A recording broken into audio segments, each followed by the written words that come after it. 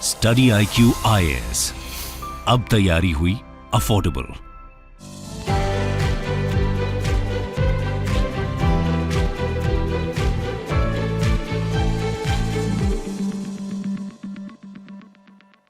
नमस्कार दोस्तों, एक बहुत इंपॉर्टेंट डेवलपमेंट हुआ है।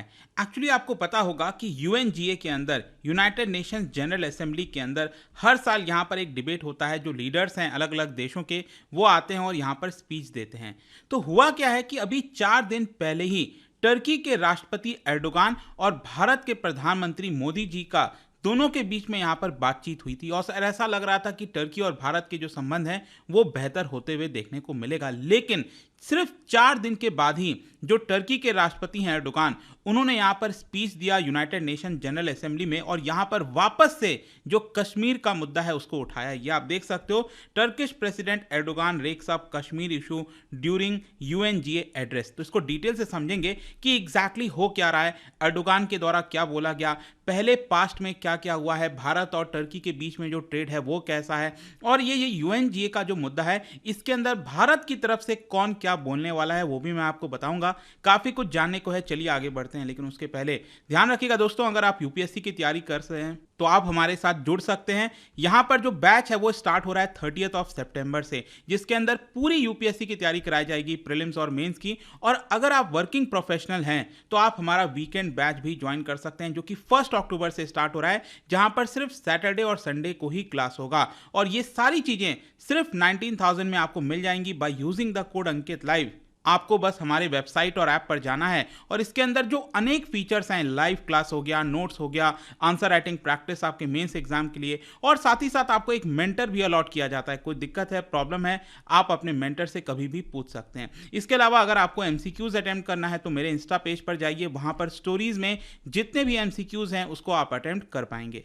चलिए शुरुआत करते हैं और सबसे पहले देखते हैं एग्जैक्टली हो क्या रहा है। देखिए, यूनाइटेड नेशन जनरल असेंबली, जैसा कि मैंने बताया, ये न्यूयॉर्क सिटी के अंदर होता है और ये 77वां सेशन चल रहा है, जिसके अंदर वर्ल्ड के बहुत सारे जो लीडर्स हैं वो आएंगे और स्पीच देंगे। तो यहां पर जो टर्की के राष्ट्रपति हैं एर्डोगान, हम सबको पता है कि उनका काफी ज्यादा करीबी, एक प्रकार से आप कह सकते हो करीबी है पाकिस्तान के, और पाकिस्तान टर्की के माध्यम से भी जो कश्मीर का मुद्दा है उसको समय समय पर उठाने की कोशिश करता है। और वापस से ये चीज हुआ है कि कश्मीर के मुद्दे को उठाया गया है और एर्डोगान ने अपनी स्पीच में यहां पर यह कहा है कि कश्मीर का जो परमानेंट पीस सोल्यूशन है वो यहां पर होना चाहिए। इनफैक्ट एग्जैक्टली अगर आप इनका वर्ड देखोगे तो ये आप देख पाओगे, यहां पर इंडिया एंड पाकिस्तान 75 साल दोनों देश को इंडिपेंडेंस के हो चुके हैं, दोनों देश सॉवरेन हैं, और उसके बावजूद भी अभी तक दोनों देश के बीच में जो पीस है, सॉलिडारिटी है, वो नहीं हुआ है। And this is much unfortunate.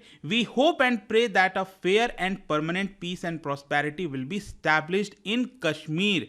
तो यहां पर आपको समझने की जरूरत यह है कि एक तरफ भारत का स्टैंड हमेशा से क्या रहा है, भारत का स्टैंड हमेशा से रहा है कि कोई भी तीसरा देश कश्मीर के मुद्दे पर नहीं बोलना चाहिए। इनफैक्ट अगर आपको याद हो, जब डोनाल्ड ट्रंप राष्ट्रपति थे, उन्होंने छोटा सा बस एक स्टेटमेंट दे दिया था। आई थिंक किसी पत्रकार ने कुछ पूछा और उसमें भी यहां पर डोनाल्ड ट्रंप ने कश्मीर को लेकर कह दिया था कि ठीक है, अगर दोनों देश चाहेंगे तो मैं यहां पर सहायता करने को तैयार हूं, और उसको लेकर भी काफी ज्यादा विवाद हुआ था। तो भारत का स्टैंड हमेशा से यह रहा है कि यह मुद्दा सिर्फ और सिर्फ भारत और पाकिस्तान मिलकर ही सुलझाएंगे, कोई भी तीसरा देश नहीं आएगा। लेकिन जो टर्की है वो जानबूझकर बार बार इंटरनेशनल लेवल पर अलग अलग फोरम पर कश्मीर का मुद्दा उठाने की कोशिश करता है। ये पहली बार ऐसा नहीं हो रहा है, पिछले साल भी अगर आप देखोगे तो यूनाइटेड नेशन जनरल असेंबली में कश्मीर का मुद्दा उठाया गया था। इनफैक्ट 2019 में भी जब भारत ने आर्टिकल 370 को एब्रोगेट किया था, स्क्रैप किया था, और जो जम्मू कश्मीर का स्पेशल स्टेटस है उसको हटाया था,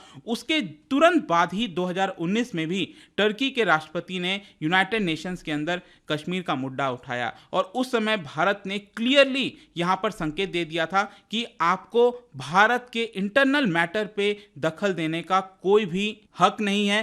इट इज कंप्लीटली अनएक्सेप्टेबल। और उसके बाद से अगर आप देखोगे जो बायलैटरल टाइज हैं दोनों देश के बीच में वो काफी खराब हो गए थे। इनफैक्ट इतना खराब हुआ था कि 2019 में prime minister Narendra Modi Turkey जाने वाले थे, उन्होंने अपना ट्रिप भी कैंसिल कर दिया था। इसके एक साल के बाद 2020 में काफी बड़ी घटना हुई थी जब एर्डोगान पाकिस्तान के विजिट पर आए थे। और उस समय अगर मैं आपको बताऊं तो पाकिस्तान जब वो आए और उन्होंने एड्रेस किया, उस समय उन्होंने एक साफ साफ कह दिया था कि जब भी कश्मीर का मुद्दा होगा जिसमें भी, उसमें हम इस्लामाबाद को सपोर्ट कर देंगे। मतलब एक प्रकार से क्लियर चुनौती दी भारत को कि अगर कश्मीर का मुद्दा आता है तो टर्की हमेशा पाकिस्तान के साथ खड़ा होगा। और इसी को देखते हुए भारत की सरकार ने जो टर्किश एम्बेसडर हैं न्यू दिल्ली में, उनको समन किया और साफ कह दिया कि ये ग्रॉस इंटरफेरेंस है इंडियाज इंटरनल अफेयर्स में, ये हमें बिल्कुल भी एक्सेप्टेबल नहीं है। लेकिन क्वेश्चन ये है कि जब बार बार ये मुद्दा उठता गया है तो इस बार भी जब ये मुद्दा उठाया गया एर्डोगान के द्वारा, ये इंपॉर्टेंट क्यों है? इस साल ये इसलिए इंपॉर्टेंट है क्योंकि जस्ट 4 दिन पहले आपको याद हो शंघाई कोऑपरेशन ऑर्गेनाइजेशन इसका सबमिट हुआ था जिसमें प्राइम मिनिस्टर मोदी भी गए थे, पाकिस्तान के भी प्राइम मिनिस्टर गए, चाइना से शी जिनपिंग आए थे, पुतिन भी आए थे। लेकिन जो टर्की है वो इसका मेंबर नहीं है। टर्की एक प्रकार से डायलॉग पार्टनर है, तो टर्की के राष्ट्रपति भी यहां पर आए थे। तो सोचा यह जा रहा था कि क्या भारत के जो प्रधानमंत्री हैं नरेंद्र मोदी जी, उनका मुलाकात क्या चाइना के प्रेसिडेंट से होगा या फिर पाकिस्तान के प्राइम मिनिस्टर से होगा। वो सब तो नहीं हुआ, लेकिन काफी अनएक्सपेक्टेडली आप देख सकते हो PM holds unannounced meeting with Erdogan. तो ये जो मीटिंग हुई एर्डोगान और प्राइम मिनिस्टर नरेंद्र मोदी के बीच में, ये अनएक्सपेक्टेड था और इसीलिए इसको माना जा रहा था कि अब कहीं ना कहीं दोनों देश के बीच में जो रिलेशंस हैं वो सुधर सकते हैं। इनफैक्ट नरेंद्र मोदी जी ने भी ट्वीट भी किया था कि he met president Erdogan and यहाँ पर जो full range of bilateral relations हैं दोनों देश के बीच में और इकोनॉमिक लिंकेजेस को डीपन करने के लिए हम यहाँ पर कोशिश कर रहे हैं। इनफैक्ट ज़्यादातर एक्सपर्ट्स अब यही कह रहे थे, जितने भी मीडिया हाउसेज हैं, कि कश्मीर वाला जो पूरा पॉलिटिक्स है अब टर्की काफ़ी हद तक वो छोड़ देगा, क्योंकि आपको समझना है टर्की को भी भारत की आवश्यकता है। टर्की की जो इकोनॉमी जिस तरह से जा रही है, इन्फ्लेशन है जहां पर, तो इकोनॉमी को लेकर वहां पर बड़ी प्रॉब्लम है और जितना ज़्यादा वो ट्रेड करेगा भारत के साथ उसको उतना फ़ायदा होगा, क्योंकि पाकिस्तान जैसे देश के साथ ट्रेड करके ऐसा कोई उसको फ़ायदा नहीं होना है। और इसी की वजह से यहाँ पर यह देखा जा रहा था कि एक नया लाइफ मिलने वाला है दोनों देश के रिलेशंस को।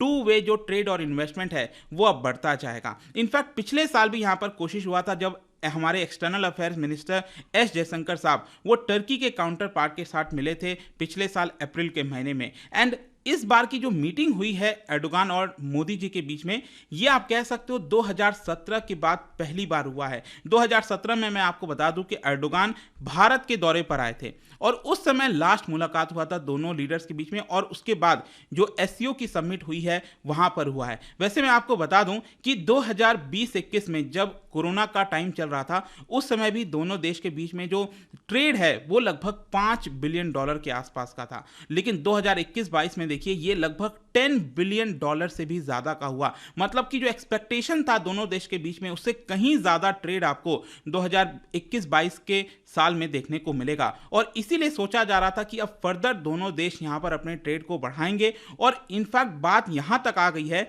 कि दोनों देश के बीच में फ्री ट्रेड एग्रीमेंट भी हो सकता है, ऐसा ज्यादातर एक्सपर्ट्स का मानना था। पिछले साल से कोशिश हो रही है कि दोनों देश फ्री ट्रेड एग्रीमेंट भी कर सकते हैं ताकि ज्यादा ट्रेड हो, ज्यादा इन्वेस्टमेंट हो। लेकिन क्वेश्चन ये है कि ये जो वापस से मुद्दा अब कश्मीर का उठाया जा रहा है, ये काफी ज्यादा सेंटिमेंटल है। आपको पता है भारत के अंदर या फिर पाकिस्तान के अंदर काफी इमोशनल इश्यूज से ये जुड़ा हुआ है और ऑब्वियस सी बात है कि अगर इस तरह का स्टेटमेंट यूनाइटेड नेशन जैसे फोरम पर आएगा तो भारत के सरकार के लिए काफी मुश्किल हो जाएगा एर्डोगान के साथ, टर्की के साथ डायरेक्ट रिलेशन करना। इनफैक्ट ये आप देख सकते हो पालकी शर्मा जो कि काफी फेमस जर्नलिस्ट हैं, ट्विटर पर उन्होंने यहां पर ट्वीट भी किया जैसे ही एर्डोगान का ये बयान आया। उनका ट्वीट बहुत अच्छा लगा मुझे और उनका ये कहना था कि टर्की की इकोनॉमी अपने सबसे वर्स्ट फेज से गुजर रही है, वहां पर इन्फ्लेशन 80% तक टच कर गया है और पूरे विश्व में जिम्बाब्वे सूडान और सीरिया के बाद सबसे खराब हालत इन्फ्लेशन के मामले में टर्की की है। उसकी जो करेंसी है लीरा लगातार फॉल होते जा रही है। टर्की की जो फोर्सेज हैं वो अटैक कर रही है नर्दर्न सीरिया में, लेकिन अल्टीमेटली अर्डोगान को यूएन के अंदर किस चीज पर बात करने के लिए मिला? वो मिला कश्मीर पर। मतलब एक प्रकार से यहां पर जो चीज बोली गई अर्डोगान के द्वारा वो कंप्लीटली फेल थी। वो किसी भी प्रकार से टर्की को आगे बढ़ाने वाली बिल्कुल नहीं थी। तो देखना होगा आपका क्या ओपिनियन है यहाँ पर, लेट मी नो। बट इसके साथ साथ मैं आपको यह भी बता दूं कि यूनाइटेड नेशन जनरल असेंबली ये 2 साल के बाद यहाँ पर इन पर्सन रिस्ट्रिक्शंस जो था वो अब हट चुका है।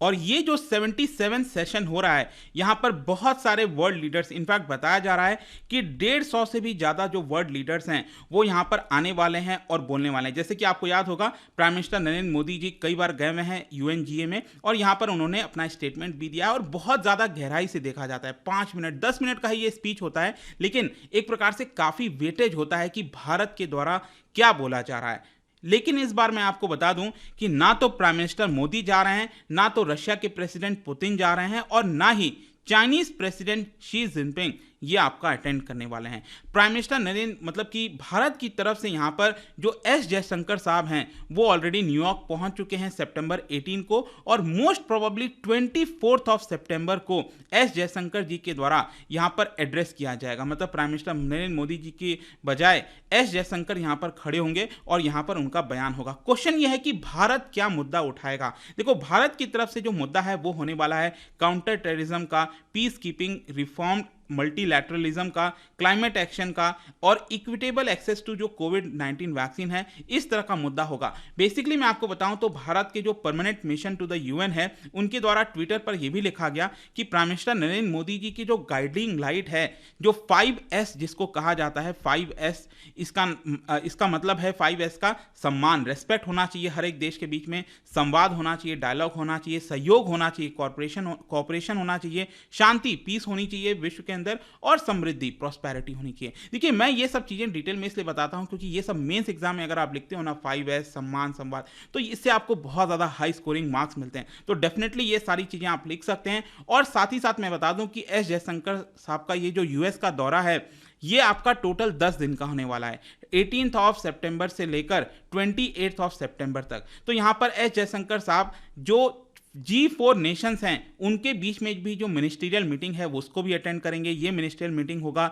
इंडिया, जापान, जर्मनी और ब्राजील का। और साथ ही साथ यहाँ पर एक हाई लेवल मीटिंग होने वाली है L69 ग्रुप की। अब ध्यान रखना L69 ग्रुप में जो है कई सारे देश आते हैं। यहाँ पर जो डेवलपिंग कंट्रीज हैं अफ्रीका से, लैटिन अमेरिका से, कैरेबियन, एशिया और पैसिफिक से, और इनका मेन मकसद है कि यूनाइटेड नेशन सिक्योरिटी काउंसिल के अंदर जिसमें 5 परमानेंट मेंबर्स होते हैं उसके अंदर सुधार किया जाए। तो देखा जाएगा कि यहाँ पर क्या रिफॉर्म्स अपनाया जाता है, क्या अनाउंसमेंट किया जाता है। Let's see. But I hope कि इस वीडियो के माध्यम से जो भी कुछ ये हुआ है टर्की के राष्ट्रपति जी के द्वारा बोला गया है वो आपको सब कुछ समझ में आ गया होगा। और जाने से पहले एक इंटरेस्टिंग क्वेश्चन, क्योंकि हम इंटरनेशनल ऑर्गेनाइजेशन की बात कर रहे हैं, क्या आप बता सकते हो कि रिसेंटली एक रिपोर्ट जारी की गई है। बेसिकली क्या है, global registry of fossil fuel, जो कि वर्ल्ड की पहली पब्लिक डेटाबेस है on fossil fuel reserve, production and emission. ये कौन से बॉडी के द्वारा रिसेंटली रिलीज किया गया है आपको बताना है। इसका राइट आंसर आपको पता ही है, मेरे इंस्टाग्राम पर तो मिलेगा ही, वहां पर अगर आप नहीं हो कोई बात नहीं, टेलीग्राम से भी ले सकते हैं इसका सही उत्तर। मैं कई सारे जो MCQs हैं वो यहां पर स्टोरीज में डालता रहता हूं। बाकी अगर आपको PDF चाहिए तो टेलीग्राम पर आइए, अलग अलग सोशल मीडिया पर आप जुड़ पाओगे। और जैसा मैंने बताया UPSC की तैयारी अब आप कर सकते हैं by using the code Ankit live, ताकि आपको मैक्सिमम डिस्काउंट मिले। आई होप कि वीडियो आपको पसंद आया होगा। मिलता हूं आपसे next time. Till then thank you very much, see you soon. Study IQ IAS, अब तैयारी हुई अफोर्डेबल।